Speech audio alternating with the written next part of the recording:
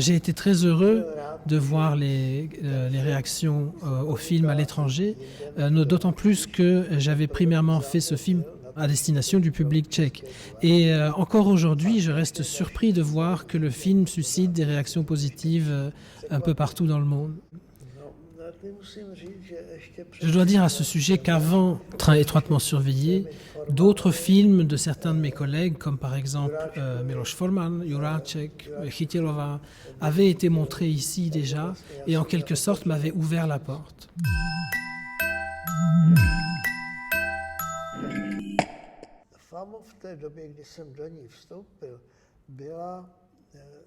La FAMO était une école assez libérale pour l'époque, je dois dire. Nous avions des professeurs avec qui on pouvait discuter de façon relativement ouverte, y compris les professeurs qui enseignaient les matières politiques, le marxisme, le léninisme, etc. C'était en quelque sorte un îlot plus ouvert.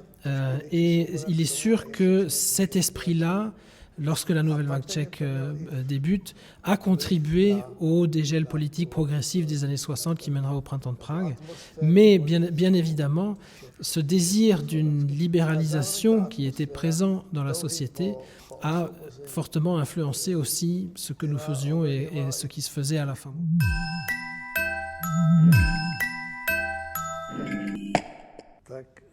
Je dois dire que j'admire énormément quiconque se lance dans la distribution de films ou dans la production de DVD de ce genre de cinématographie. Je trouve qu'il faut beaucoup de courage pour se lancer là-dedans et je crois aussi qu'il faut véritablement aimer le cinéma parce que ce n'est bien évidemment pas une affaire de gain.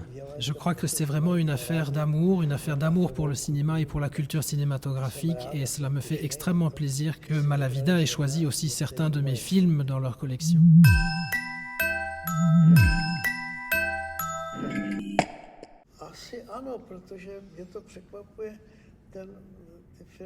C'est curieux pour moi, peut-être qu'en effet ces films, de toute évidence, ils ont apparemment quelque chose à dire encore aujourd'hui. Et récemment, j'ai eu une rétrospective avec l'ensemble de mes films à Rio de Janeiro. Certains de mes films ont été projetés en Inde. C'est très frappant, très surprenant pour moi parce qu'à l'origine, au moment du tournage, je faisais ces films primairement pour les spectateurs tchèques.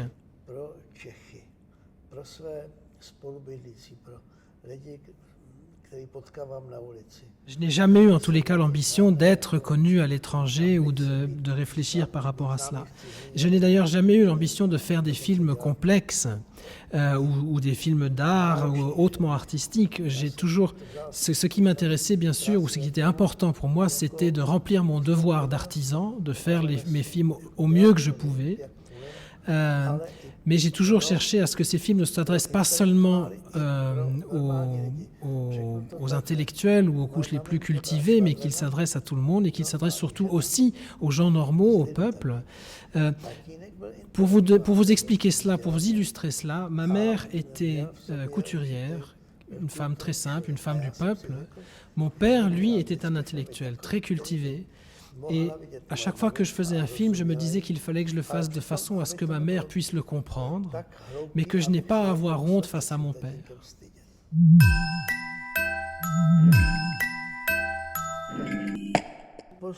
Les Don Juan, puisque c'est ça, c'est les Don Juan au pluriel, Don Chaney, les Don Juan est une comédie, donc l'humour est bien sûr très présent.